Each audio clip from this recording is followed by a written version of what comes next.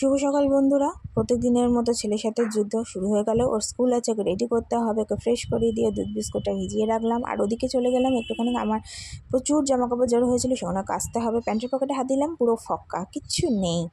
এদিকে দুধ বিস্কুটটা ওদিকে খাইয়ে নিয়ে ওর স্কুলের ব্যাগ রেডি করতে হবে, টিফিন রুটিন অনুযায়ী বই সব কিছু রেডি করে মাঝখানে আবার আমার ঘরের কাজও সারতে হবে, বিছানা তোলা, টুকিটাকি কাজ, শাশুড়ি মায়ের খাবার রেডি করা, সব কিছু দিয়ে ওকে 9:15 মধ্যে নিয়ে স্কুলে বেরিয়ে যেতে হবে। ওকে ড্রেসটা পরিয়ে নিচ্ছি, আর ও তো হাই তুলতেই থাকে।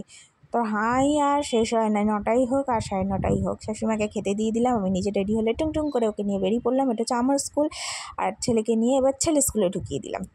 বাড়ি চলে এলাম, দুপুরে রান্না করতে হবে, সব জোগাড় করে রেখে দিয়ে গেছিলাম। তৈরি করে নেবো মাছের ডিমের বড়া, একটু ময়দা দিয়ে করলে বড়াটা হেভি খেতে লাগে।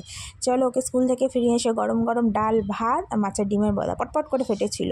টাটা, ভালো লাগলে শেয়ার করো।